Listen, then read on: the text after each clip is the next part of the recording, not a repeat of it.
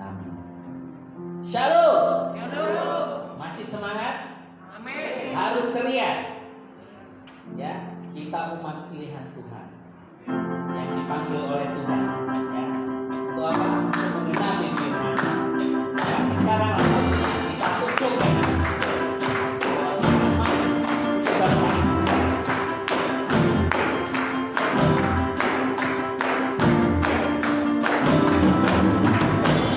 Kita semua umat pilihan Allah, segala panggilannya, mengenapi firman-Nya.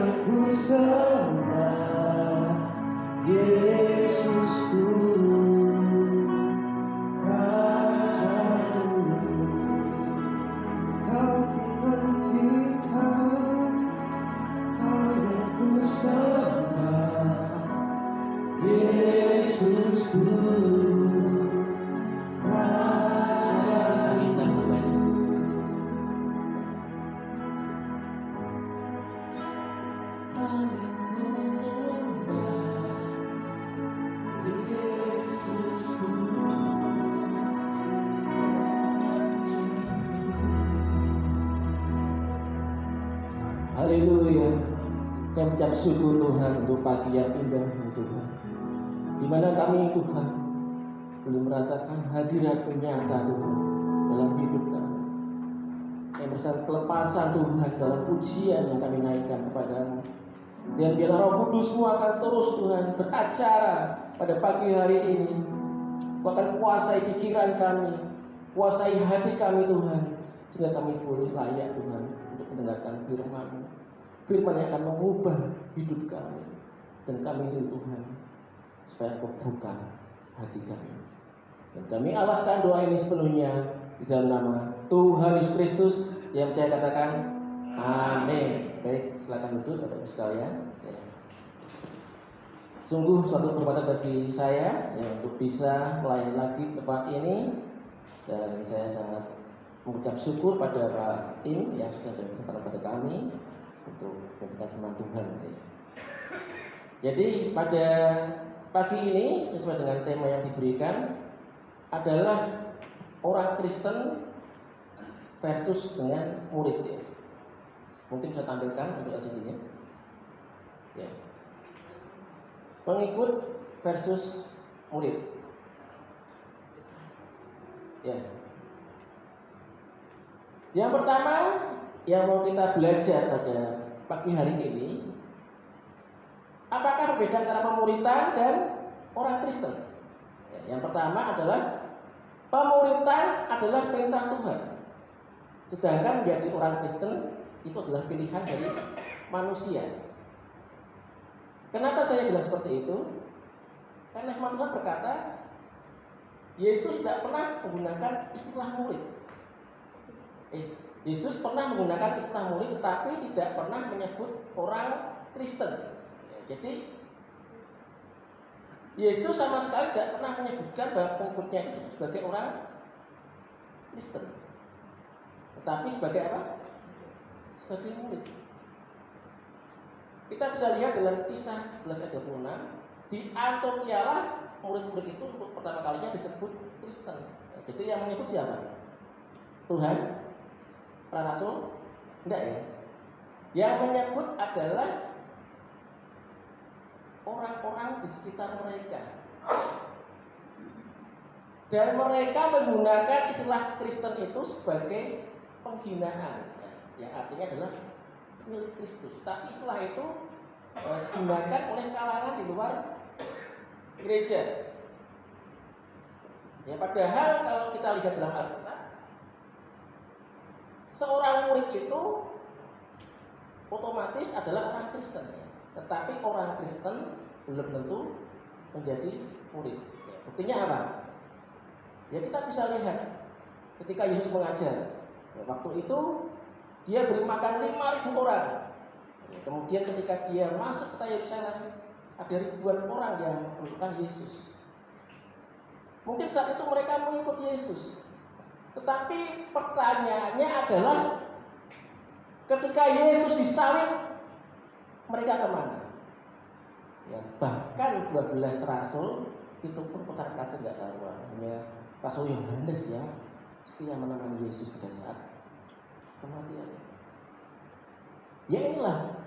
Jadi seringkali kita berpikir bahwa saya bisa milih. Saya milih hanya sebagai orang Kristen. Tetapi kalau sebagai murid, nanti dulu. Sebagai hamba, nanti dulu.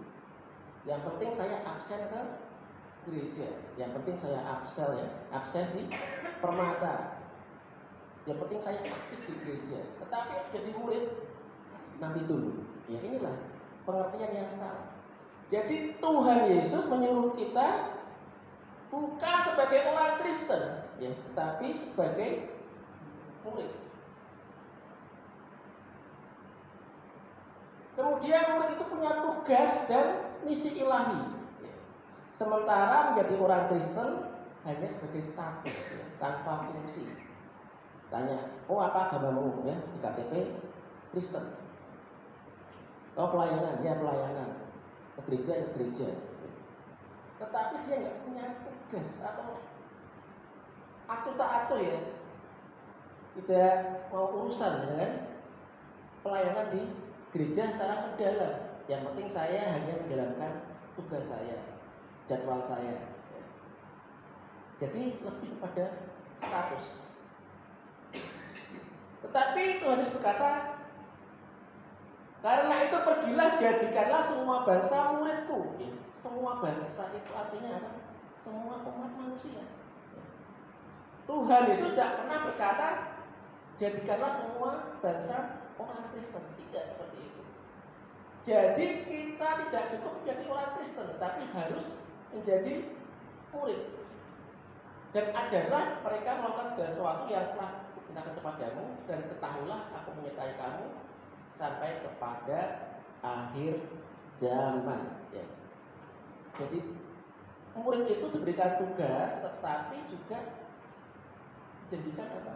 Penyertaan dari Tuhan sendiri sampai kepada akhir zaman. Ya. Kalau pada waktu yang lalu saya kupas tuntas tentang Roh Kudus, ya inilah Roh Kudus yang akan menyertai kita sampai kepada akhir zaman. Nah, untuk menyelesaikan tugas ilahi itu adalah menjadi tugas pokok gereja. Ya, gereja di sini bukan gedungnya ya, bukan organisasi. Tetapi gereja di sini adalah saya, Bapak, Ibu, dan saudara sekalian. Ini harusnya menjadi jati diri dari gereja, tugas pokok dari gereja. Ya, kenapa saya ngomong seperti itu? Karena dewasa ini ya seakan-akan gereja ini dibawa ya bukan kepada visi atau misi ilahi yang paling penting, tetapi justru semakin dekat pada urutan dunia. Karena itu kita sering mendengar ya ada gereja yang berusaha untuk entertain dari jemaatnya ya dengan musik yang luar biasa ya. Kata jangan kaget ya. Dulu saya pikir kalau saya pelayanan di Jakarta, Surabaya, gereja itu gelap ya. Kemudian ada dry ice-nya, ada lasernya, ada segala macam. Lebih mirip kayak diskotik. Tetapi saya kaget juga ternyata di Semarang ini ya, saya pantau sekitar 2 tahun yang lalu sudah mulai seperti itu trennya ya. Ibadah gelap gulita, kemudian ada lampu, laser dan segala macam. Jadi seakan-akan gereja itu jadi panggung hiburan. Dan otomatis yang diundang khotbah siapa?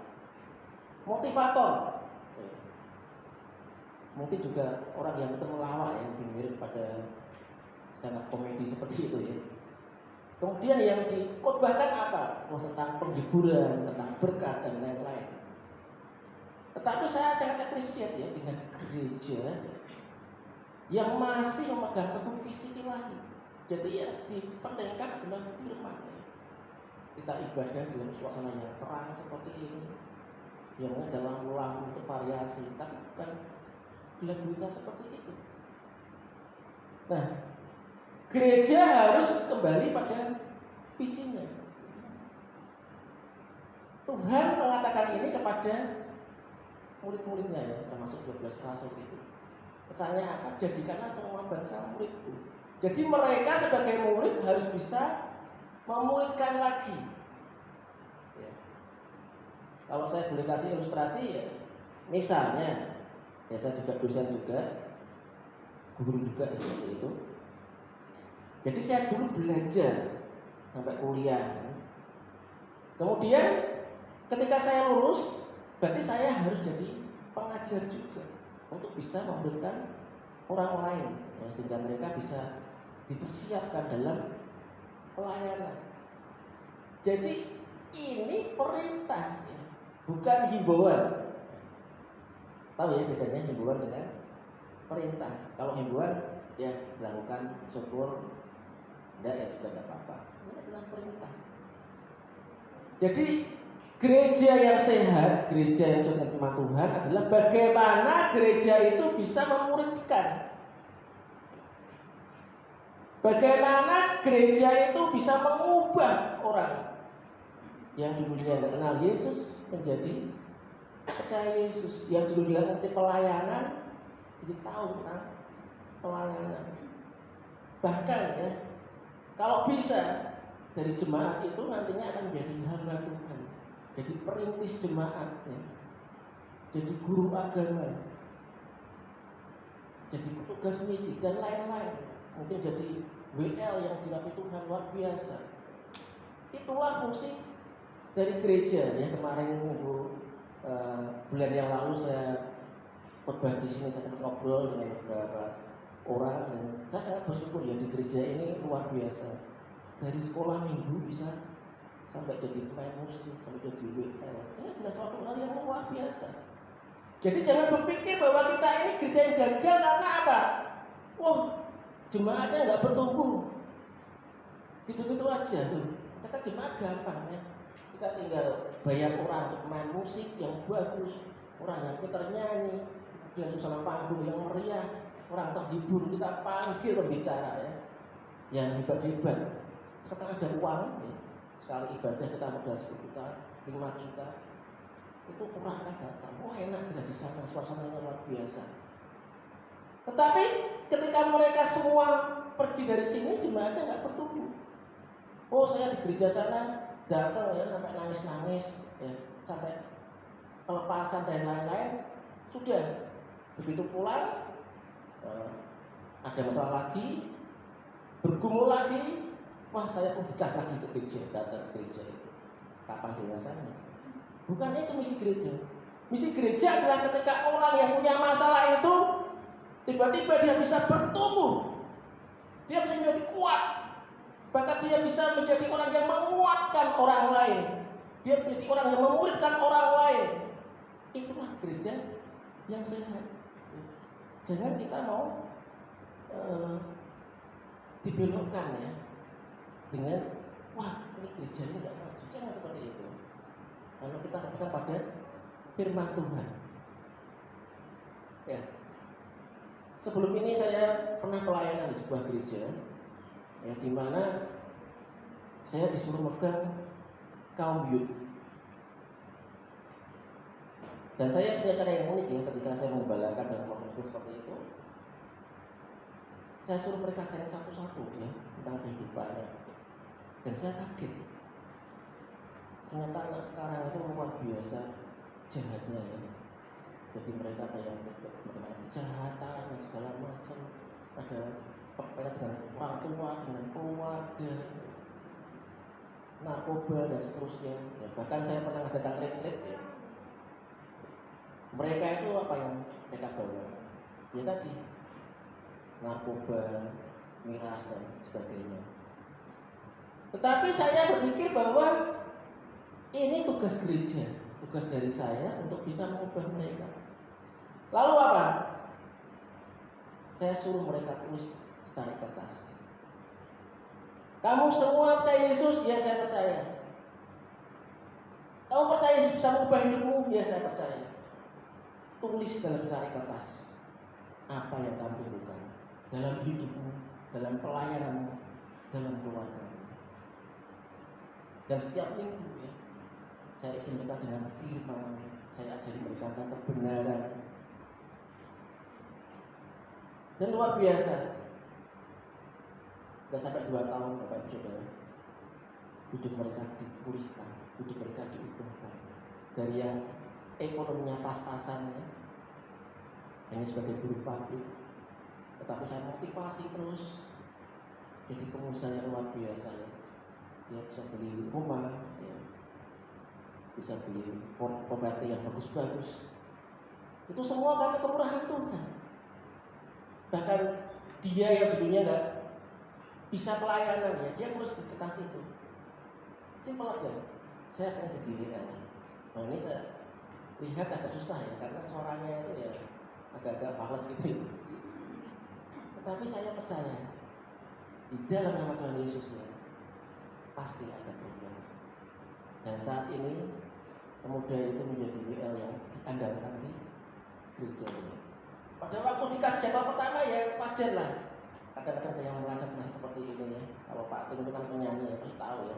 Kalau ada yang meleset itu pasti agak keri gitu ya. Nah ini dari awal sampai akhir ya banyak sekali dia meleset seperti itu. Tetapi ketika dia punya kemauan dan Roh Kudus bekerja, Tuhan bisa ubahkan suara seperti itu menjadi WL yang diurapi Tuhan. Amin, Bapak Ibu Saudara. Itulah fungsi dari gereja. Kemudian yang ketiga, sebagai murid, ya, kita juga harus mengalami ujian. Jadi itulah pemuridan itu ya sama persis dengan dunia pendidikan.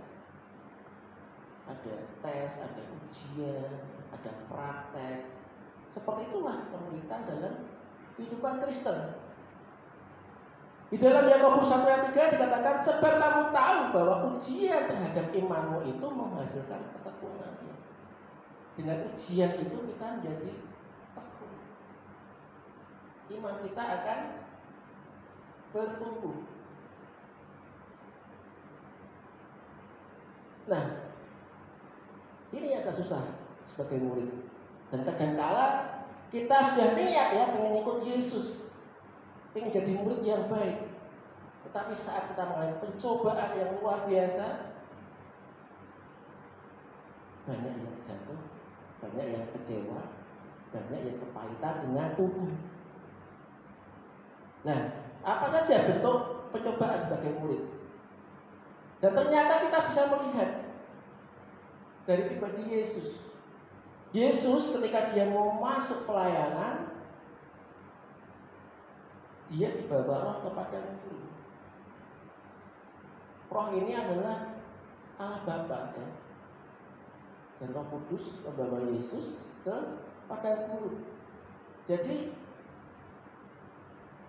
Tuhan Yesus itu dibawa dengan tanda kutip secara paksa kepada guru.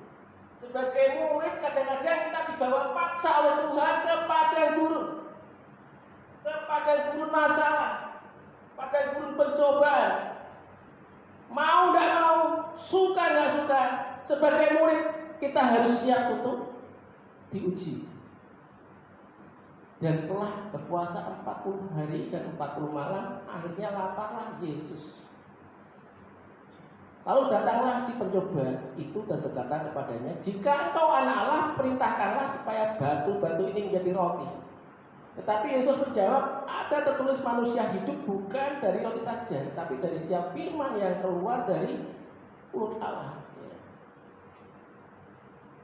Yesus sendiri diuji. Kita sebagai murid pasti akan diuji. Dan ujian itu apa bentuknya? Yang pertama adalah pencobaan kedagingan.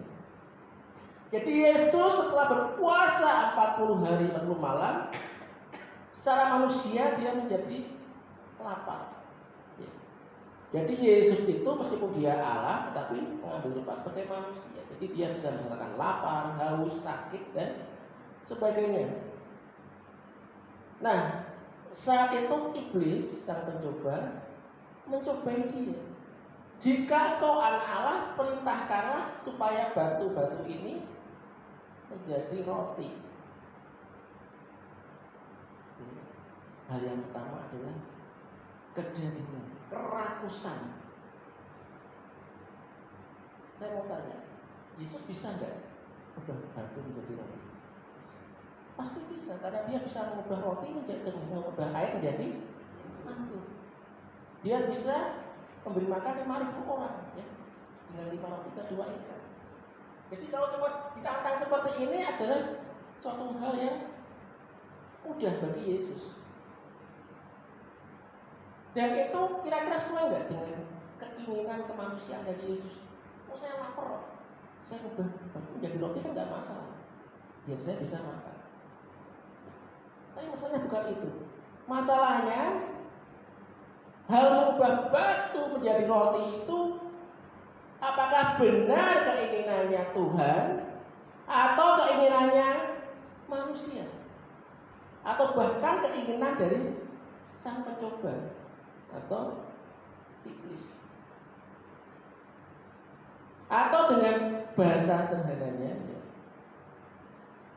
saat kita butuh sesuatu untuk memenuhi kebutuhan kita dan kita berdoa kepada Tuhan, seakan-akan Tuhan tidak menjawab doa kita, hidup kita tetap susah, kita tak punya masalah yang pengaruhi kedagingan kita, mungkin kita salah apa, mungkin rasa kecewa dan lain-lain. Apakah kita juga mau maksa, Tuhan aku ingin ubah masalah menjadi kemenangan? Tahu saat kita berdoa puasa, Tuhan gak jawab, atau Tuhan belum jawab. Kalau kita kecewa dengan Tuhan, wah Tuhan gak dengar doa saya. Masalahnya doa kita itu adalah doa kedagingan kita atau sesuai dengan rencana Allah. Sebagai murid, kalau fokusnya adalah untuk kehendak Tuhan, ibaratnya ya sebagai prajurit mau maju, ya, seperti Kopassus ya, dikirim kemanapun juga, dia akan bisa survive, dia akan bisa bertahan. Dia nggak akan cengeng. Oh kenapa saya dikirim ke tempat ini di tengah hutan, di tengah pada tandus seperti ini? Tidak ada bahasa seperti itu. Dan Yesus menjawab bahwa manusia hidup bukan dari roti saja, tetapi dari setiap firman yang keluar dari mulut Allah. Jadi kita boleh berdoa, kita boleh punya keinginan, tetapi setiap doa dari keinginan itu harus sesuai dengan firman yang keluar dari Allah. Bukan keluar dari roh kedagingan kita, bukan keluar dari hawa nafsu kita. Nah dewasa ini seringkali dibungkus ya. Oh jadi orang Kristen itu harus kaya, harus sukses, ya, harus berhasil. Amin. Saya yakin ya Tuhan pasti berikan yang terbaik bagi kita. Saya percaya. Tetapi kadang-kadang Allah punya rencana yang berbeda dengan apa yang kita inginkan. Ya, saya pernah ketemu dengan seseorang ya, dia adalah guru sekolah minggu yang luar biasa. Dia cerita, dia sebenarnya punya cita-cita jadi seorang psikolog, tapi orang tuanya memaksa dia untuk kuliah akuntansi. Dan dia berontak, oh saya pengen jadi psikolog, saya pengen tahu sifat-sifat orang, saya pengen mengerti tentang pribadi orang. Tapi orang tuanya ngomong, tidak, kamu harus kuliah di akuntansi. Tapi saat saya tanya, terus gimana? Saat ini hasilnya dia ngomong, saya bersyukur karena saya mengikuti petunjuk dari orang tua saya untuk kuliah akuntansi, dan saya bisa sukses pada hari ini. Itu semua karena dorongan dari orang tua saya. Jadi kita harus mengerti kehendak Allah dulu, baru kita berdoa secara benar. Kadang-kadang orang Kristen gagal paham di situ. Ya. Sebenarnya semua agama itu mengajarkan tentang apa sih? Tentang berkah, barokah ya. Ada yang istilahnya apa? Siara, yaro, ya. Kemudian ada yang ke Gunung Kawi, ada yang ke Klaten, ada apa? Itu sebenarnya mereka ngapain sih? Istilahnya mereka ngalap berkah ya. Mencari berkah. Pengennya apa? Sugih, pengennya sukses ya, pengennya makmur ya, pengennya keluarganya adem ayam dan seperti itu. Bukan berarti saya ngomong itu nggak penting, itu sangat penting sekali. Ya, kita di dunia ini kita perlu semua itu. Tetapi saya mau katakan bahwa ketika kita berdoa, ya, apakah sesuai dengan kehendak Allah? Itu yang paling utama. Kita harus sinkronkan dulu di situ. Jangan kita berpikir Tuhan itu seperti jin Aladin, ikuti kemauannya kita. Dan kalau orang tadi bilang apa istilahnya ziarah segala macam itu kira-kira dia fokusnya keinginan dirinya sendiri atau keinginan Tuhan? Saya tanya. Tidak mungkin dia mikir tentang Tuhan. Yang penting pokoknya saya dapat berkah seperti itu. Nah seringkali ya, saya nggak menyalahkan juga, ada banyak di antara kita ya, dari latar belakang yang berbeda, mungkin kita juga masih ya, satu rumah dengan orang seperti itu, dengan cara seperti itu, kemudian budaya itu kita bawa dalam gereja. Dan jadinya kita maksa Tuhan itu seperti apa? Seperti jin dalam lampu Aladin. Ya. Saya bisa kabulkan 3 permintaan. Kamu minta apa? Tuhan, saya minta ini, minta ini, minta ini. Dan seringkali kita gunakan itu untuk kepuasan diri kita, kedagingan kita. Ada hamba Tuhan mengajarkan, lo pengen mobil, tempelkan gambar mobil ya di rumahmu. Beberapa waktu yang lalu saya kunjungan ke jemaat. Wah, di ruang tamu ada gambar besar, Bapak Ibu, expander gitu. Ini kenapa? Saya mau beriman saya dapat expander gitu. Padahal untuk makan aja pas-pasan itu bagus ya. Tetapi masalahnya apakah itu untuk keinginan dia sendiri atau memang untuk mulia Tuhan? Itu yang utama. Nah, sebagai murid kita harus tahu proses ini. Ya, jangan sampai kita punya ambisi yang berlebihan dalam kedagingan. Bahkan doa kami sendiri mengatakan apa? Berilah pada hari ini kami makanan yang secukupnya. Wah, Pak Yuda ini mengajarkan apa ya? Berarti saya nggak boleh kaya, saya harus pas-pasan. Bukan seperti itu. Secukupnya itu takarannya bukan takaran kita. Kalau takaran kita selalu kurang. Secukupnya itu takarannya takaran Tuhan. Kalau bagi Tuhan kita cukup dengan gaji 10 juta, ya itu amin. 10 juta. Tuhan masih berkat lagi, saya tambahkan lagi berkatnya 100 juta. Amin, secukupnya dari Tuhan. Dan kalau kita ada kelebihan, ya berarti kita harus berkati yang lain. Kalau luber itu harus kita berikan kepada yang lain. Jadi bukan, wah pokoknya berkat yang luar biasa untuk saya sendiri, untuk kesombongan saya sendiri. Tidak seperti itu, Bapak Ibu. Ya. Dan itulah yang pertama, manusia tidak hidup dari roti saja. Manusia tidak hidup dari uang saja. Manusia tidak hidup dari kebutuhan mendasar saja. Tapi manusia hidup dari apa? Dari setiap firman yang keluar dari mulut Allah. Itu yang pertama.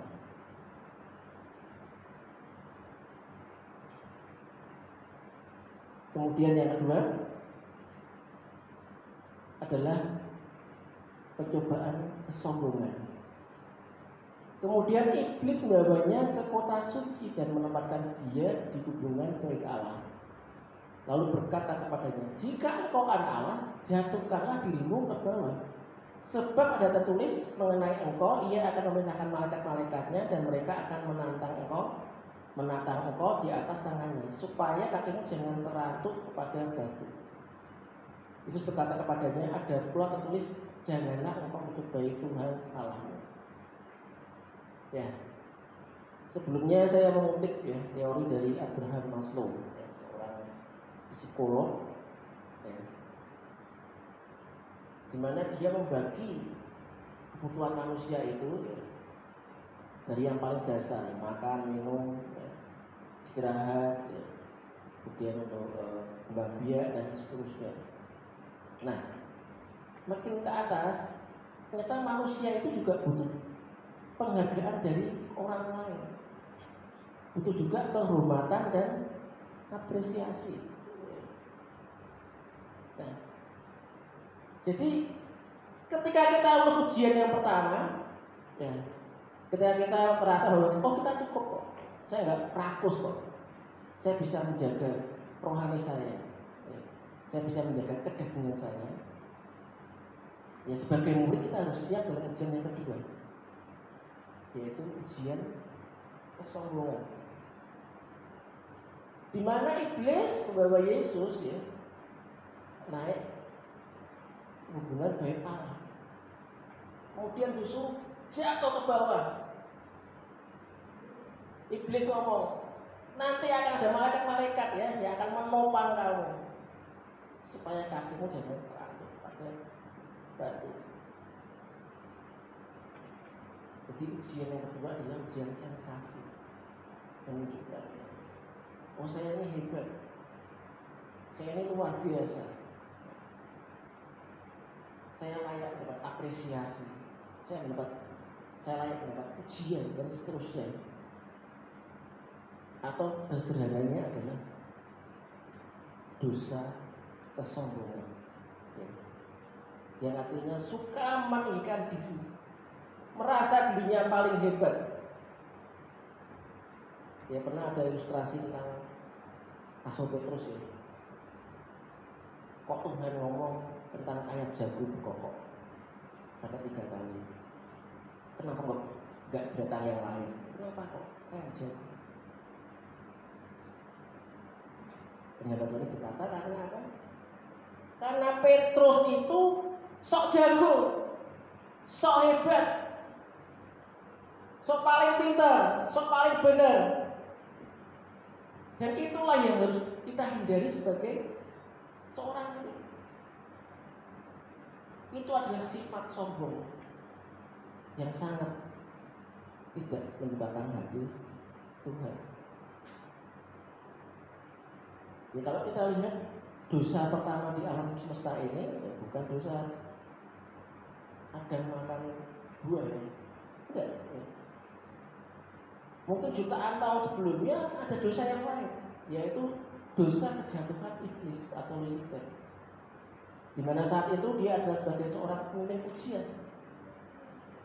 Tetapi dia ngomong, saya mau menyamakan diri saya dengan yang mati. Dia sombong, wah suara saya bagus, saya seorang komponis musik yang luar biasa, komponis musik surgawi, dirijen musik surgawi, dan saya hebat, saya mau menyamai Tuhan. Dan akibatnya apa? Dia jatuh. Kalau dewasa ini ada istilah narsis ya, narsisme. Nah itu adalah legenda dari Yunani. Ceritanya waktu itu ada seorang yang sangat rupawan, ya, kemudian dia berdiri di tepi danau seperti itu, dia lihat bayangannya sendiri. Kemudian dia mengagumi dirinya, oh kok ada ya manusia yang ganteng seperti saya, seterusnya gitu kan. Sampai segitunya akhirnya dia terlena dan kepleset. Ya. Ini ceritanya seperti itu. Kemudian dalam danau itu dia mati dan menjadi bunga narsisus. Istilah itu dipakai untuk menunjukkan apa? Kehebatan kita. Dan istilah itu sekarang sangat wajar di dunia medsos ya. Wah, ada makan yang enak, foto, wah luar biasa ini, sekinya banyak ya. Jadi daripada foto-foto itu mending aja Pak Ati, aja saya gitu ya. Daripada cuma pamerin ya, seperti itu. Oh bisa apa?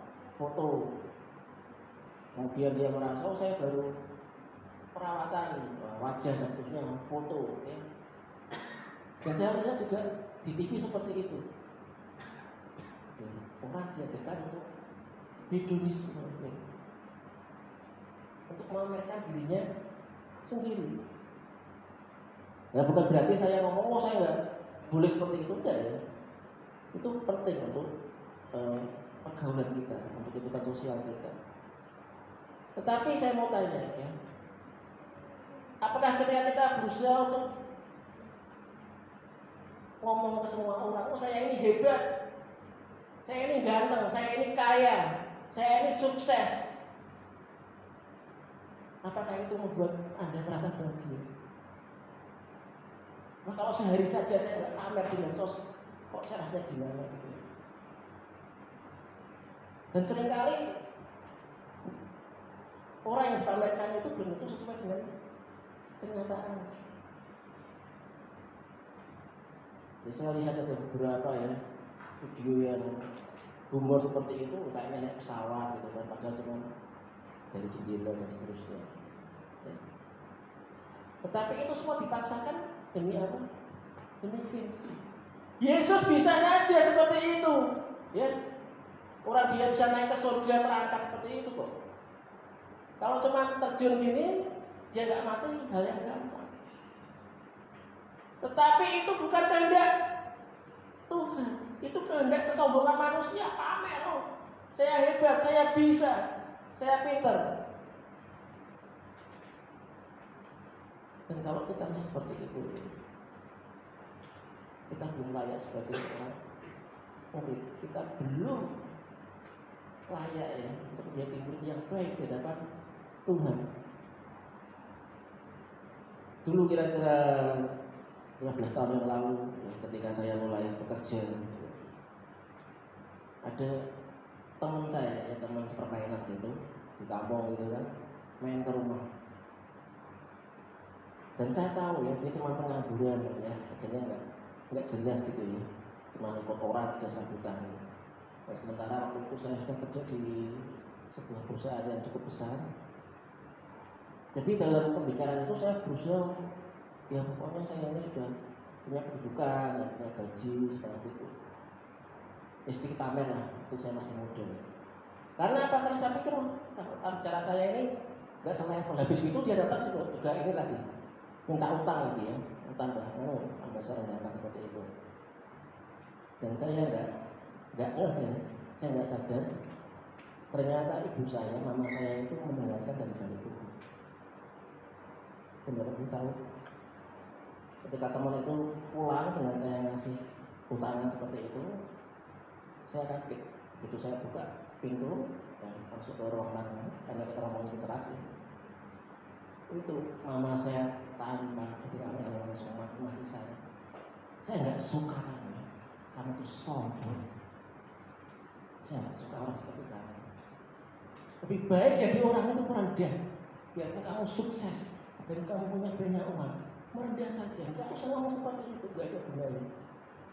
Dan saya kaget. Saya ngomong sama mama saya, maafkan saya nggak terjadi lagi. Dan ternyata apa? Yang saya pinjemin itu sekarang punya rumah di daerah sini, Taman Sari Mujibat ini, rumah yang sangat megah, 2 tingkat. Kemarin dia minta jual ke saya, tolong jualkan rumah saya. Dia mintanya berapa? 1,5 M. Memang dia ada sedikit masalah keuangan di perusahaan. Tetapi nasib orang siapa tahu ya.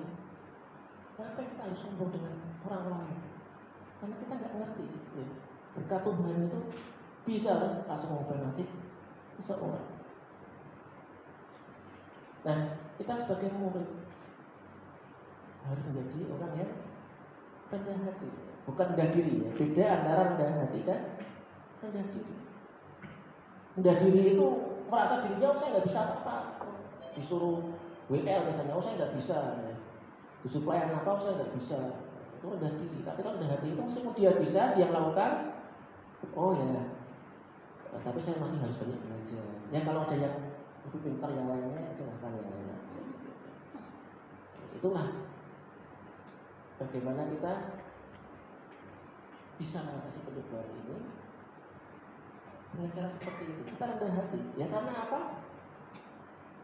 Yesus berkata, ada pula tertulis, janganlah engkau mencobai Tuhan Allahmu. Jadi kalau kita sombong, ya, kalau Yesus itu menuruti iblis itu loncat ke sini dan semua orang bersorak-sorai, wah ini orang sakti, orang hebat, ya. Nggak perlu penginjilan, banyak orang bertobat. Itu artinya kita mencobai Tuhan. Ya, kesombongan itu artinya kita nantang Tuhan, kita mencobai Tuhan. Jangan main-main dengan sombongan. Saya ada seorang teman yang ketika dia di puncak ya sebagai seorang hamba Tuhan, dia sombongnya setengah mati. Kemudian dia mulai merambah ke dunia bisnis. Saya tanya, lu kenapa kok bisnis bukannya sudah jadi hamba Tuhan? Oh, hamba Tuhan tidak perlu dana. Ya. Bahkan dia juga punya ambisi politik. Kalau ngomong khotbah dia ngomong, saya yakin suatu hari nanti saya menjadi presiden Kristen yang pertama di Indonesia. Saya kaget.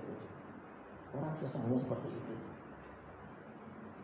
Tetapi ketika akhirnya bisnisnya berantakan, bangkrut seperti itu, tiba-tiba keluarganya ikut berantakan. Kemudian dia stres, ya, depresi, sampai kena serangan jantung. Di pesantren jebol lagi, Dan suatu ketika dia curhat, ya, ke sahabat saya, hamba Tuhan saja. Dia ngomong seperti ini. Wah, hidup saya ini dulunya seperti dari langit jatuh ke comberan, bukan cuma ke bumi, ke comberan. Bilang seperti itu.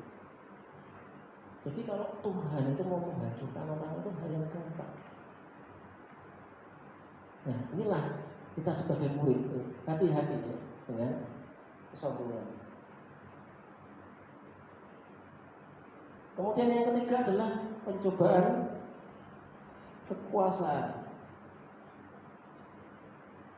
Dan iblis bawanya pula ke atas gunung yang tinggi dan memperlihatkan padanya semua kerajaan dunia dengan kemegahannya dan berkata kepadanya, semua itu akan kuberikan kepadamu jika engkau sujud menyembah aku. Maka berkatalah Yesus kepadanya, enyalah iblis, sebab ada tertulis engkau harus menyembah Tuhan Allahmu dan hanya kepada Dia sajalah engkau berbakti. Jadi puncak dari piramida ini adalah kekuasaan. Kalau orang sudah kenyang, kebutuhan tercukupi, kemudian jadi sombong, ya, wah mulai ya merendahkan orang lain, rasa dirinya hebat. Ujung-ujungnya adalah rebutan kekuasaan.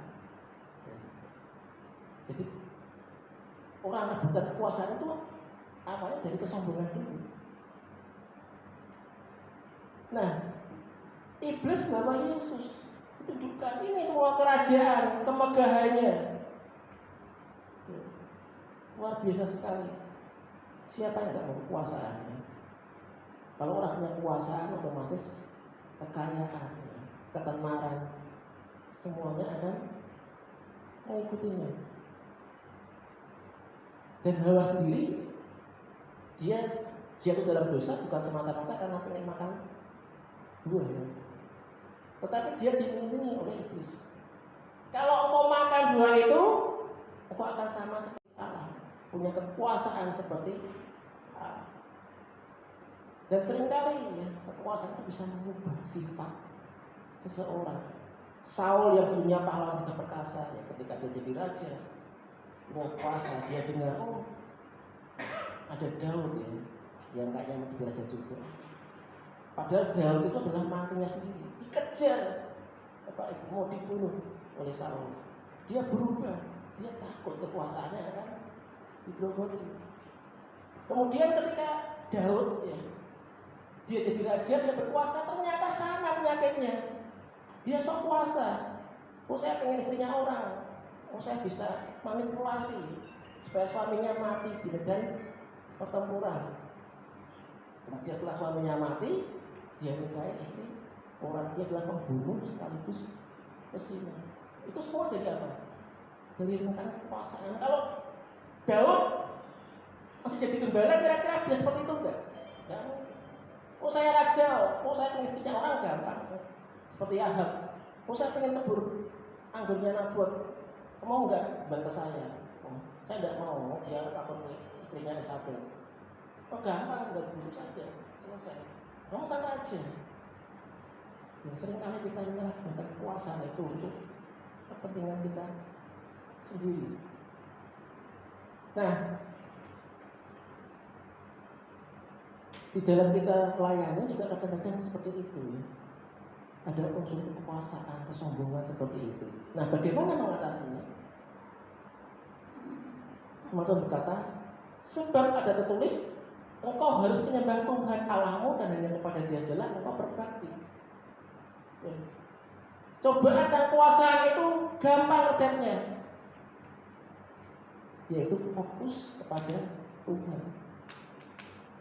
Engkau harus menyembah Tuhan Allahmu dan hanya kepada Tuhan saja engkau berbakti. Berbakti artinya menyembah, artinya kita melayani, kita bekerja kita persembahkan hidup kita dedikasikan seluruh hidup kita hanya untuk berbakti menyembah kepada Tuhan, bukan menyembah kepada diri kita sendiri, bukan menyembah kepada kekuasaan. Kalau kita seperti itu, fokus pada Tuhan, otomatis nggak mungkin ada konflik di gereja, nggak ada konflik dalam rumah tangga. Kenapa ada konflik dalam rumah tangga? Karena suami istri merasa siapa yang paling berkuasa. Oh, ini wilayah saya, kau boleh kepada rumah tangga. Tapi soal keuangan itu wewenang saya, wewenang istri. Wah, suaminya pengen beli apa aja ya, ibaratnya pengen servis mobil saja harus kemis-kemis. Oh, servis mobil nanti aja, bisa 2 bulan lagi. Ini saya mau beli pakaian dulu, mau beli pisang dulu. Kalau kita sama suaminya, lu kan keuangan saya berwenang, saya berkuasa. Akhirnya timbul pertengkaran, tidak harmonis. Ya demikian juga dalam bergereja. Semua pelayan Tuhan itu sudah ada fungsinya, ada job desk-nya masing-masing. Dan semua itu akan jadi berantakan ketika orang mulai ngurus job desk-nya orang lain, bukan job desk-nya sendiri. Wah, kayak jadi pada Natal kacau juga. Padahal dia ibaratnya pangkatnya cuma apa ya, cuma asal. Ya harusnya dia fokus aja sebagai asal, sebagai penerima tamu. Bagaimana dia supaya jemaat dengan senyuman, jemaat merasa nyaman ya, karena ada orang yang ramah menyambutnya. Jangan urus yang lain. Ada orang lain yang memang punya wewenang untuk mengevaluasi pekerjaan dari masing-masing pengajar. Tetapi kalau orang mulai tergoda dengan kekuasaan, kekuasaan saya berhak ke situ, ya, saya berhak untuk veto ya. Kalau perlu saya punya masa, saya mau demo. Nah, itu masalah besar. Karena fokus kita bukan pada Tuhan, bukan berbakti kepada Tuhan, tapi kita menyembah harga diri kita, menyembah kekuasaan kita. Ya itulah. Kita sebagai murid jangan sampai jatuh ke sini. Ini yang paling dasar, ini yang paling berbahaya. Ya, kalau cuma soal sembako, itu masalah sederhana. Saya buka pelayanan di rusun, itu semua orang minta sembako. Saya datang masuk ke sana ya, tanyain, Pak pendeta ya? Iya, saya Kristen Pak. Oh iya, mau beribadah? Enggak Pak, saya cuma minta kabar aja kalau ada bagian sembako saya diundang gitu ya. Itu gampang. Ada sembako, masalah selesai. Kemudian soal kesombongan, kalau kita nggak punya uang untuk kesombongan, selesai. Tetapi kalau kekuasaan ini, soal rebutan kekuasaan ini panjang masalahnya ya. Bisa 7 turunan ya. Ada hamba Tuhan senior di Surabaya, di mana saya pernah bergabung dengan sinode, yang saya sangat kagumi beliau. Karena rebutan kekuasaan dengan ayahnya sendiri, dengan anaknya sendiri ya. Itu sampai waktu dia mati ya, itu dia diulas ya oleh seorang tokoh di Indonesia ini, diulas. Ditanya ketika dia mati, dia pengen disemayamkan lah di gereja yang dia bangun ya. Sebuah gereja yang dulu katanya terbesar se-Asia Tenggara. Tapi ketika keluarga dari ayahnya ajukan petisi pada ayahnya, kepada anaknya ya, ditolak mentah-mentah. Akhirnya apa? Dia cuma disemayamkan ya semacam dalam seperti di tiap buah iman seperti itu ya, tempat umum seperti itu. Dan yang menulis bukan orang Kristen, orang besar juga di Republik ini ya, pengusaha juga. Dia nulis seperti itu kan, dia bersahabat dengan Pak Pendeta ini, dia ngomong kok tega-teganya ya anaknya cuma mau disemayamkan seperti itu, padahal itu gereja yang bangun adalah bapaknya, ditolak mentah-mentah sama anaknya. Sampai apa istilahnya, mempermalukan orang Kristen. Dendam orang yang sudah mati loh, masih nggak terima oleh anaknya. Karena apa? Rebutan kekuasaan. Ini yang paling susah. Tapi kita bisa ya, kalau kita fokus ya. Kalau gereja ini fokus hanya untuk menyembah Tuhan, hanya berbakti kepada Tuhan, ya, semua masalah gereja ini pasti akan bisa diselesaikan. Amin. Nah, berikutnya adalah murid itu mengalami pemuliaan saat sucian. Maka berkata, lalu iblis meninggalkan dia, meninggalkan Tuhan Yesus, dan lihatlah malaikat-malaikat datang melayani Yesus. Ya. Jadi jangan berpikir bahwa kalau kita mengalami ujian, pencobaan dari Tuhan, kalau kita merasa seakan-akan sengsara, susah hidupnya, itu bukan akhir segalanya. Karena apa? Kalau begitu kita lulus dari ujian itu, maka malaikat datang melayani kita. Amin. Tuhan akan memuliakan nama kita. Rasul Paulus pernah berkata bahwa penderitaan pada zaman ini tidak sebanding dengan kemuliaan yang akan kita terima nantinya. Pada bulan yang lalu ketika saya melaksanakan Roh Kudus ya, saya bicara tentang buku kebangkitan dan pemuliaan orang percaya. Jadi bukan cuma orang percaya naik ke surga, tetapi kita dimuliakan, kita punya tubuh serupa dengan Kristus ya, tubuh kebangkitan. Ya, ada banyak ahli teolog bilang kalau misalnya dengan tubuh itu, ya saya mau ke Amerika, itu nggak perlu naik pesawat, langsung ya, terbang seperti langsung ke sana. Ya kita punya kekuatan yang luar biasa, supernatural yang luar biasa saat kita punya tubuh yang seperti itu. Dan itu semua ada ujiannya. Saya buat tesis ya tentang perumpamaan talenta, tentang hamba yang jahat yang cuman mendem talentanya ngapain. Tapi ada juga hamba yang rajin bekerja sehingga berlipat ganda talentanya. Ada satu istilah yaitu perjamuan kawin dunia atau cara yang artinya apa? Saat kita nanti di awal kemuliaan ya, itu kita dijamu, kita dipestakan oleh Tuhan. Kalau kita dipanggil satu-satu, misalnya Pak Tis sebagai gembala dipanggil, Pak Timotius maju ke depan, saya Tuhan sendiri akan mengangkat mahkota ya, kepadamu karena kau sudah menggembalakan domba-domba. Kita punya kemampuan apa ya? Pelayan apa? Mungkin kita pikir wah capek di gereja, hujan-hujan ya, harus latihan musik ya. Sudah sampai di sana dipaidu lagi ya, dan seterusnya. Wah capek, mending saya usah pelayanan. Jangan lupa ya, upah kita bukan di situ.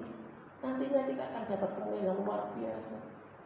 Kita dimuliakan Tuhan, kita dipestakan oleh Tuhan sendiri. Bahkan kadang-kadang pemuliaan itu bukan cuma nantinya di bumi pun ya, ada banyak cerita ya bagaimana orang yang sudah jatuh bisa diangkat dengan cara luar biasa. Siapa yang tahu?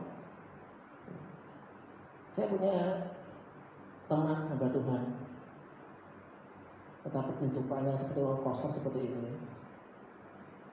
Karena apa? Karena dia adalah seorang anak artis, tapi yang masih nggak benar gitu hidupnya, narkoba segala macam. Tapi saat dia jatuh, di mana seakan-akan nggak akan dipakai lagi sama Tuhan, ternyata masih ada. Dan misalnya dia mulai naik daun lagi, dipakai oleh Tuhan luar biasa. Dan ketika ketemu dengan saya heran dengan Tuhan, kok masih mau pakai orang kayak saya? Enggak ada yang tahu. Dan saat itulah ya, dengan firman Tuhan ini, kalau saat ini kita dalam posisi yang terjepit, kita putus asa, jangan menyerah. Karena pada waktunya nanti Tuhan akan memuliakan kita. Amin. saya tutup dengan ilustrasi. Kita tahu semua ya siapa penyanyi luar biasa Whitney Houston. Nah, jadi ini adalah ibunya Cissy Houston. Kemudian ini anaknya Whitney yaitu Bobby. Nah, ada suatu peristiwa ya, di masa kecil dari Whitney ini. Ini dulunya mereka adalah aktivis gereja. Bahkan ibunya ini adalah pemimpin ujian paduan suara di sebuah gereja di Amerika Serikat. Dia punya keluarga yang bahagia, punya suami seorang pengusaha yang sukses. Tetapi ya, dia jatuh dalam kehidupan yang pertama, kehidupan kedanian. Dan dia punya affair dengan beritanya sendiri, sehingga kemudian berantakan, cerai. Mungkin bagi dia nggak masalah, just for fun seperti itu. Tetapi ini menyisakan suatu luka yang mendalam dalam diri Whitney. Akhirnya karir pelayannya berantakan ya, yang dulunya pelayan di gereja. Karena Whitney ini punya bakat luar biasa sampai dunia. Saya juga punya family artis terkenal, ada Rita Franklin dan segala macam. Sekarang kamu aja jadi artis saja. Ya. Jadilah dia seorang artis, tetapi dia mulai kenal dengan namanya narkoba. Kemudian dia nikah dengan Woodburn yang celakanya juga adalah seorang junkies atau pecandu narkoba. Kita tahu gimana nasibnya ya. Dia mati overdosis ya di dalam bathtub. Ya. Padahal dia orang sukses. Dia adalah pemegang Guinness Book of Records sebagai artis dengan penjualan album yang terbanyak di seluruh dunia. Sampai 200 juta kopi. Kurang apa? Cantik, sukses, dia punya talenta yang luar biasa. Tapi hidupnya hampa ya, karena broken home. Nah, dia mati diabetes overdosis tahun 2012. Dan saudara tahu apa terjadi dengan anaknya. 3 tahun kemudian si Bobby ini matinya persis dengan ibunya, overdosis di bathtub juga, kamar mandi juga. Mungkin si Houston ini nggak sadar ya. Kalau dia lakukan hal seperti itu, sekali-kali saya iseng ya. Sekali-kali saya having fun seperti itu, menutup dengan saya. Mungkin dia akan pikir ya, bahwa 2 generasi di bawahnya, anak dan cucunya akan mati karena narkoba, karena ulahnya. Ada yang tahu. Oh, saya orang Kristen, tapi dia lebih memilih untuk hawa nafsu daripada menjadi seorang murid yang sejati. Lalu kita bandingkan dengan Oicutat ya. Ini Ahok tahun 60-an. Seorang pengikut Kristus yang punya dedikasi dan dia mengaku sebagai murid dari Bung Karno. Ya, saya ngomong di sini bukan berarti saya pendukung Soekarno atau pendukung Soeharto, bukan seperti itu ya. Saya yakin semua presiden sudah ketemu Tuhan dengan kelebihan Tuhan masing-masing. Ini hanya ilustrasi saja.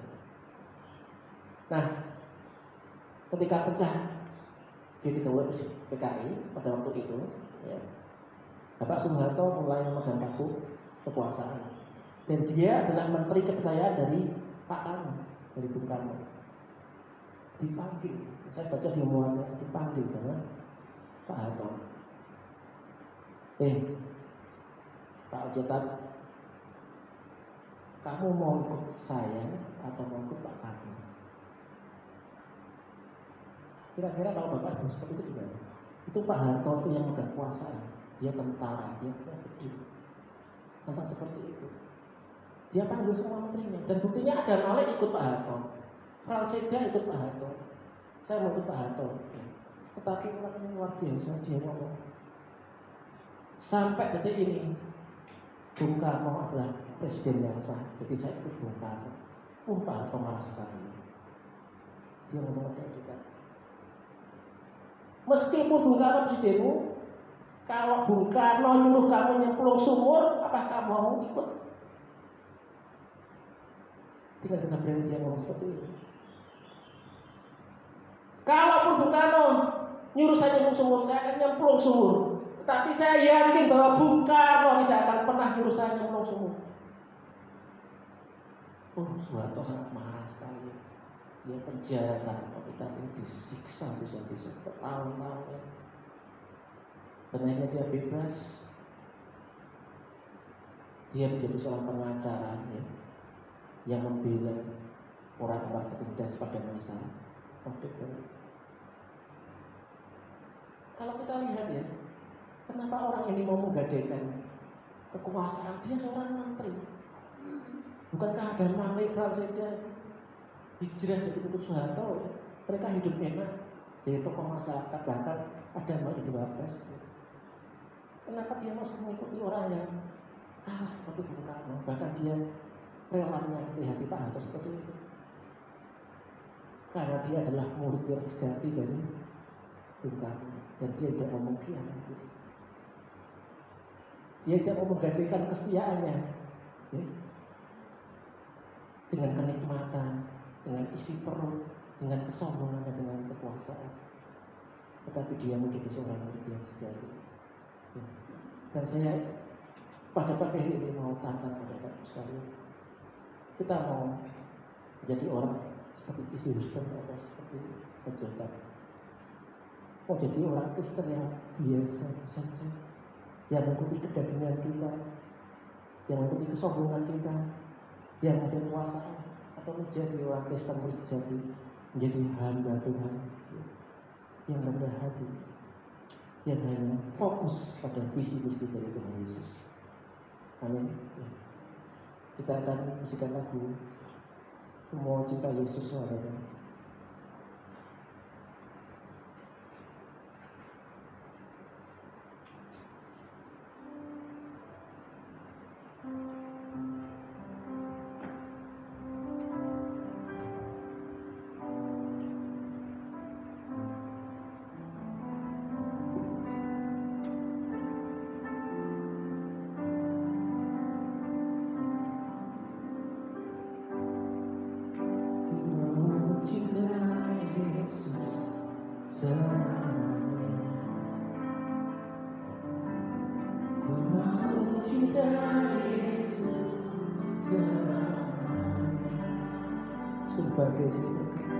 Meskipun badai silih berganti dalam hidupku, tetap cinta Yesus selamanya.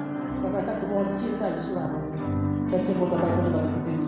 Cinta Yesus selamanya. Katakan aku mau cinta Yesus selamanya.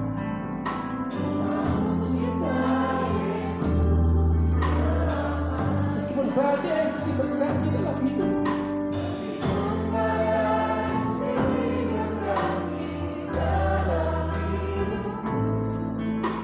Tetap cinta Yesus. Katakan yang Bapak.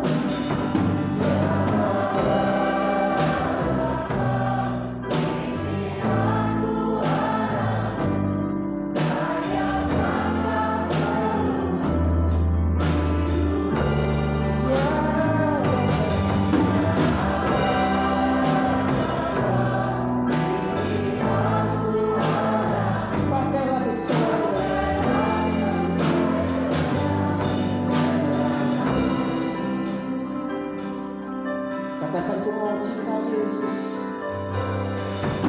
Mau cinta Yesus.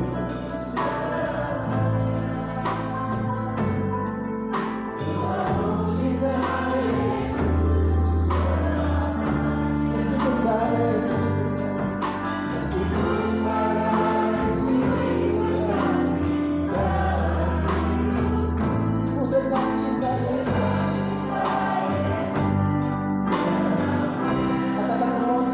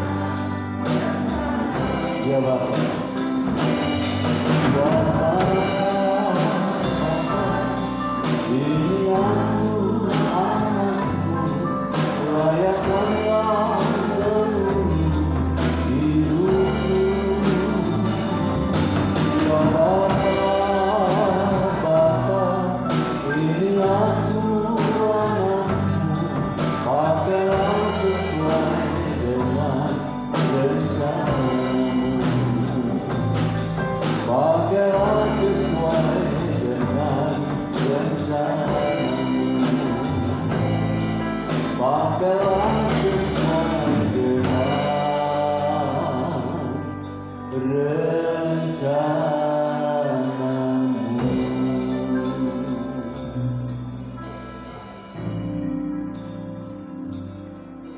Menjadi muridmu adalah hal yang terindah, yang selama ini terhamirkan dengan pengertian orang Kristen. Sementara firman-Mu berbicara tentang pengiringan kami, pemuridan yang Tuhan lakukan saat itu, sehingga murid-murid Tuhan menjadi pelaku-pelaku yang benar. Tidaklah heran ketika Engkau disalibkan dan murid-murid tersebar luas ke beberapa tempat. Namun mereka tumbuh sebagai orang-orang yang meneruskan perjalanan pemuridan, sehingga penyebutan orang-orang Kristen begitu banyak yang telah dimuridkan oleh murid-murid Tuhan. Kami bersyukur pada pagi hari ini Kau memberkati kami sekalian, dan pakailah kami ya Bapa, jadikanlah kami murid-murid Tuhan yang melakukan pengajaran Tuhan, yang menerapkan, mengaplikasikan baik secara pribadi, di rumah, dan kami boleh menjangkau banyak orang sebagai murid Tuhan Yesus. Terima kasih Tuhan, di samping itu di Indonesia, dimulai dari Antioquia, penyebutan pengikut jalan Tuhan itu menjadi nama sebutan orang Kristen. Dan sampai hari ini, jika kami menjadi orang Kristen, kami mohon kepadamu supaya kami dilayakkan, dikuatkan menjadi murid-murid Tuhan. Terima kasih untuk hamba-Mu Bapak Pendeta Muda Yuda Mahendra MTH yang telah menjadi saluran berkat tersampainya kebenaran firman Tuhan kepada kami semua. Dan biarlah hamba-Mu semakin bertumbuh dalam pelayanan dan juga sebagai dosen mengajarkan banyak murid-murid untuk menjadi murid-murid Tuhan Yesus yang sejati. Berkati Tuhan setiap pribadi yang telah menangkap firman Tuhan dan Engkau menerjemahkan kembali baik di rumah, dalam pekerjaan, dan dalam aktivitas setiap hari. Kami sambut berkat-Mu di dalam nama Tuhan Yesus. Kami berdoa. Yang percaya berkata, amin. Silakan duduk kembali Bapak Ibu Saudara sekalian. Atas nama majelis, para pengerja, para kasubit, tentunya juga jemaat, kami mengucapkan terima kasih yang sedalamnya untuk pelayanan Bapak Yuda, bukan Mairo, tapi Yuda Mahendra. Mirip ya saudara, yang satu Yuda Mairo, seorang penyanyi, tapi yang satu ini adalah Yuda Mahendra, seorang pembicara sekaligus seorang dosen. Kita sambut dengan tepuk tangan yang meriah untuk dia. Dan terima kasih istri yang baik hati mendampingi suami, dan anak pertamanya juga tidak mau kalah, khawatir kalau papahnya keban orang lain kebadan ya. Baik, Tuhan memberkati. Bapak Ibu, kami juga ingin menyambut kehadiran Anda yang pada pagi hari ini ada yang baru hadir. Tentunya enggak ya, saya melihat wajah-wajah yang begitu merona dan semuanya bersukacita karena Tuhan. Tapi apakah ada yang berhari ulang tahun? Kita akan melihat berapa orangkah yang berhari ulang tahun pada pagi hari ini. Bisa dilihat.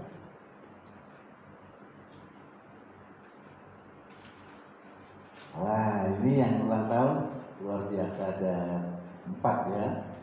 Yang pertama saudari Gabriela Kristi, Di manakah dirimu, Gabriela Kristi? Enggak datang. 2 Juni. Lalu kemudian saudari Michael Feriana, ya betul ya, Michael Feriana, 2 Juni. Ada? Kita melihat juga yang ketiga, Bapak Ariel Suhari. Wow, Bapak Ariel Suhari juga berulang tahun, tanggal 3 Juni. Yang terakhir ini ya, Ibu Esther Budi, bukan Yani, Ibu Esther Budi Yuniati. Baik, itu tanggal 6 Juni tepat pada hari ini. Nah, ada 4 orang yang berhari ulang tahun, mari kita doakan. Dan sekaligus kita juga mengaturkan persembahan yang kedua. Dan yang spesial untuk Ibu Esther Tim adalah, mari kita berdoa. Bapa di dalam kerajaan surga, berterima kasih untuk kasih Tuhan yang begitu besar. Keempat saudara kami yang berhari ulang tahun, baik yang ada di sini maupun yang tidak berada di tempat, Tuhan memberkati mereka. Baik yang 2 Juni 2 orang, dan 3 Juni 1 orang, dan 6 Juni 1 orang. Adalah karena kasih Tuhan yang begitu ragam, menyatakan kehadiranmu di tengah-tengah hari ulang tahun yang berbeda, tapi Allah yang kami sembah adalah Allah yang berkuasa, yang luar biasa. Memberkati satu persatu Tuhan dengan kehidupan mereka, dan bertambah bahagia, bertambah sukses dan bahagia. Dan terutama untuk Ibu Esther Tim, memberkati di usia sekarang ini, dan kiranya bertambah-tambah cintamu kepada hamba-Mu. Kami serahkan Tuhan masa-masa yang akan dilewati, baik sekarang, besok, dan yang akan datang. Demikian juga terjadi untuk rekan-rekan kami. Kami yakin Tuhan memberkati.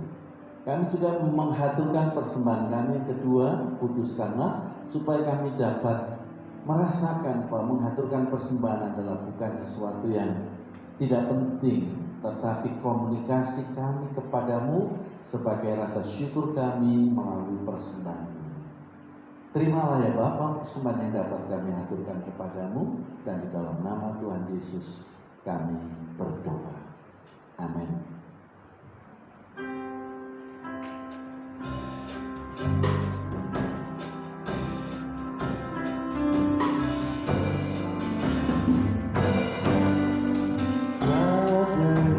God love you, bless your life on your birthday. He wish you happy birthday. Jesus will lead you, so guide you every moment. Happy birthday to you. Do not forget, remain faithful in the way that you are going through. Remember the faith that keeps upon blessing. With you have come that day. Where to have come that day. Where you have gone that day. Tepuk tangan yang meriah.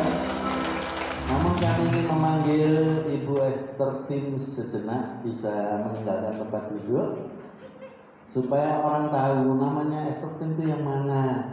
Yang jelas, silakan kemari Bu Esther Tim. Yang jelas beliau bukan remaja, tapi juga remaja tempo dulu. Dan sekarang usianya sudah menginjak usia sweet 17 alias sweetaan. Bagaimana Ibu Esther? Apakah mengenal diriku?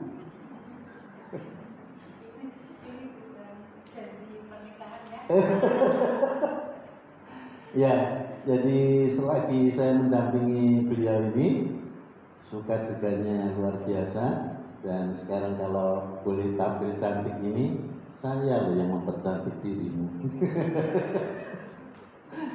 Ya, di usia yang kepala 6 ya, bukan kepala 5 toh? Ya, sweet ya. Jadi usianya sudah sweet 17 alias sweetan, sweetan lebihnya hitungan dewe ya. Nah, saya melihat tambah cantik. Yang pertama di wajahnya karena hari ini hari ulang tahun. Yang kedua, ini tepat apa?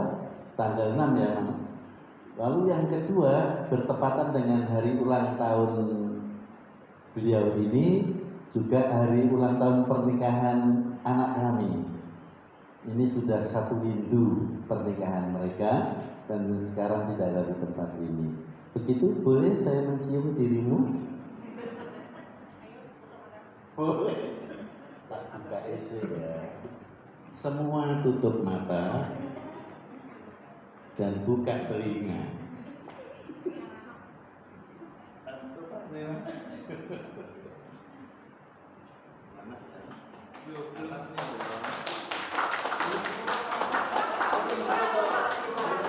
Oh, pakai tinggal bulan.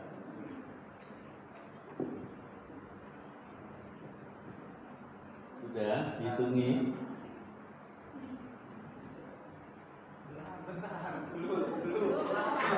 Ngosok baik. Lagi ya. Enaknya. Tepuk tangan yang meriah.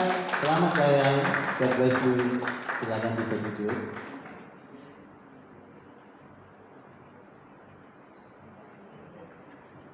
Jangan ditiru adegan istimewa ini ya saudaraku.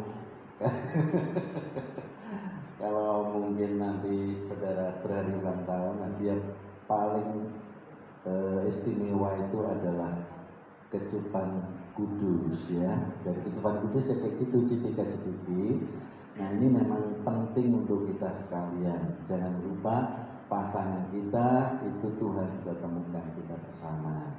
Baik, kita akan tepuk tangan sekali lagi yang meriah. Dan kita akan mendengar informasi kepada petugas yang menyampaikan informasi. Dipersilakan.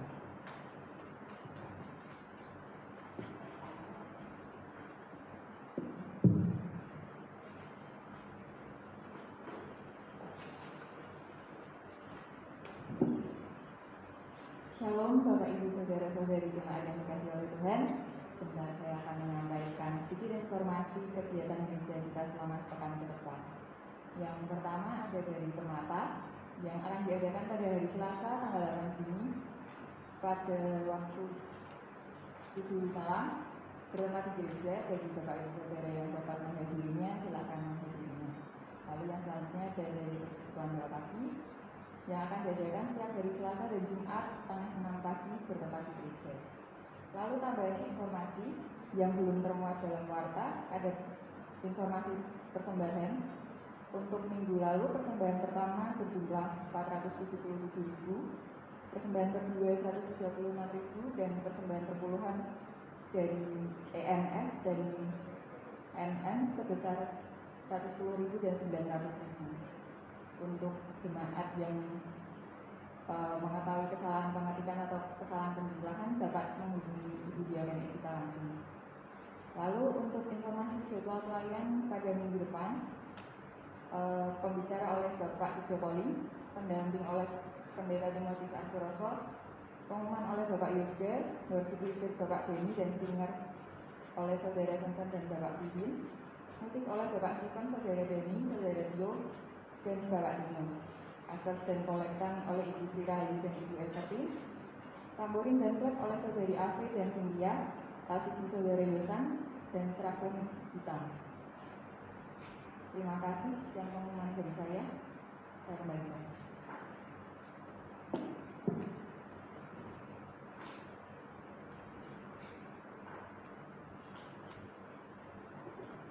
Terima kasih Afri telah menyampaikan pengumuman. Baik, mari kita menyatakan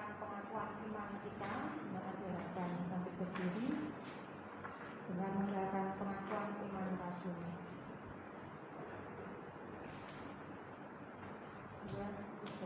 Aku percaya kepada Allah, Bapa yang Maha Kuasa, Khalik langit dan bumi, dan kepada Yesus Kristus, Anaknya yang tunggal Tuhan kita, yang dikandung daripada Roh Kudus, lahir dari anak darah Maria, yang menderita sengsara di bawah pemerintahan Pontius Pilatus, disalibkan, mati dan dikuburkan, turun ke dalam kerajaan maut. Pada hari yang ketiga, bangkit pula dari antara orang mati, naik ke surga, duduk di sebelah kanan Allah Bapa yang Maha Kuasa. Dan dari sana Dia akan datang untuk menghakimi orang yang hidup dan yang mati. Aku percaya kepada Roh Kudus, gereja yang kudus dan am, persekutuan orang kudus, pengampunan dosa, kebangkitan tubuh, dan hidup yang kekal. Amin. Mari kita sama-sama berdoa syafaat.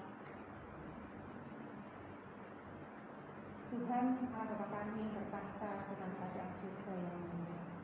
Terima kasih ya Bapa, pada pagi hari ini kembali kami dapat beribadah, memuji, memuliakan nama-Mu. Kami bisa mendengar firman, dan biarlah firman yang telah disampaikan menjadi rema dalam kehidupan kami.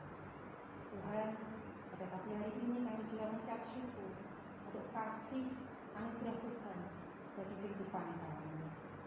Dalam sudah 1 tahun ini semenjak pandemi, kami tahu bahwa di antara kami banyak yang mengalami kesulitan-kesulitan dalam kehidupan ini.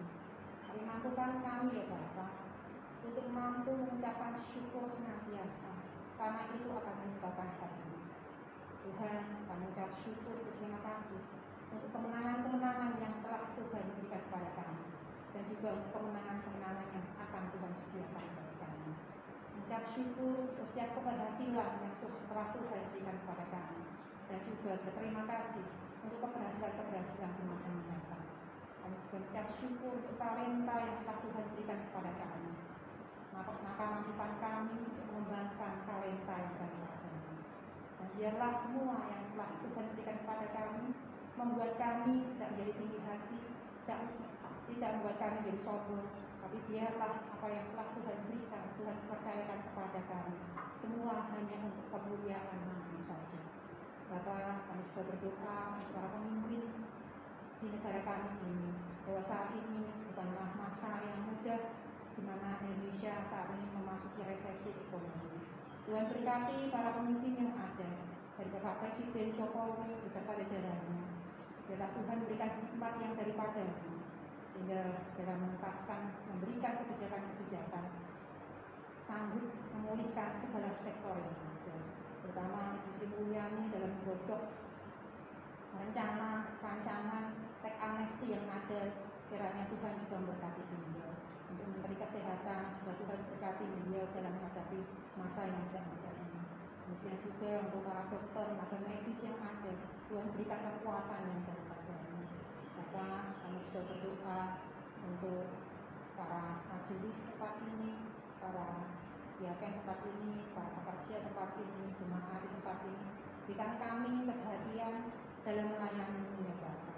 Ingatkan kami, jikalau kami bisa memberikan yang terbaik untuk dunia, maka mana berani kami memberikan seadanya untuk Allah kami. Maka mampukan kami untuk bisa bersehati, mampukan kami untuk bisa bersinergi, mampukan kami memiliki hati yang baik antara satu dengan yang lainnya. Dan biarlah di gereja ini, di pelayanan kami ini ada kesehatan. Tuhan, kami juga berdoa untuk keluarga kami. Kiranya Tuhan berkati keluarga di tempat ini. Mampukan kami sebagai orang tua untuk bisa memberikan teladan kepada anak-anak kami, karena kami adalah contoh panutan bagi mereka. Biarlah kami mendidik bukan hanya dengan kata-kata, tapi kami juga mendidik, memberi contoh kepada anak-anak kami. Demikian keluarga-keluarga di tempat ini ya Bapak, berikan pemulihan keluarga-keluarga yang saat ini sedang tidak baik. Kiranya Tuhan juga memberikan kami pemulihan dalam hati kami masing-masing. Dan biarlah kami tidak mencobai Engkau ketika kami hanya meminta saja, tapi kami lupa mengupayakan. Tuhan tahu banyak orang-orang, banyak anak-anak, banyak pasangan yang mengalami sendirian dalam keluarga. Padahal kami setiap harinya kami bersama dalam satu buah keluarga. Maka Bapak, biarlah pelukanmu, cinta kasihmu itu yang memenuhi hati kami. Mampukan kami untuk bisa memenuhi, memberikan cinta pada orang-orang di sekitar kami dulu, di orang yang terdekat kami dulu, sebelum kami memberikan banyak terang di luar. Terima kasih Tuhan, terima kasih. Kami juga berdoa usaha pekerjaan kami, karena Tuhan berkati jemaat tempat ini. Tuhan berikan mereka keberhasilan, Tuhan berikan mereka kemenangan, Tuhan berikan mereka peluang-peluang yang baru dalam kehidupan mereka. Terima kasih Tuhan, terima kasih untuk remaja di tempat ini. Kau tahu kesungguhan mereka dalam melayani Tuhan.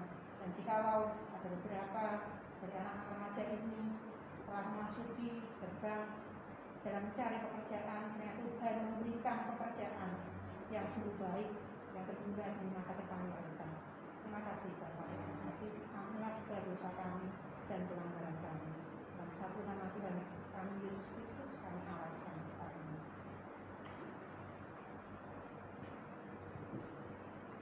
Baik saudara, kita akan meninggalkan tempat ini, dan satu hal yang baik kita belajar mengangkat kedua tangan kita di depan Bapa, sebuah tanda ketergantungan kita kepada Tuhan, dan biarlah tangan Tuhan akan selalu dinyatakan di atas kehidupan kita sekalian. Maka sekarang Bapak Ibu Saudaraku yang dikasihi oleh Tuhan, pulanglah engkau ke rumah masing-masing, dan biarlah wajah Allah menerangi dan menyinari hatimu, dan engkau dibuatnya menjadi berhasil. Dan oleh karena kasih Bapa dan berkat dari Allah Bapa serta kasih daripada Tuhan Yesus Kristus akan selalu memimpin kita sekalian, oleh penyertaan Roh-Nya yang kudus akan menghibur, menuntun, mengajar kepada kita sekalian hingga Maranatha, Tuhan Yesus datang kembali pada kali yang kedua.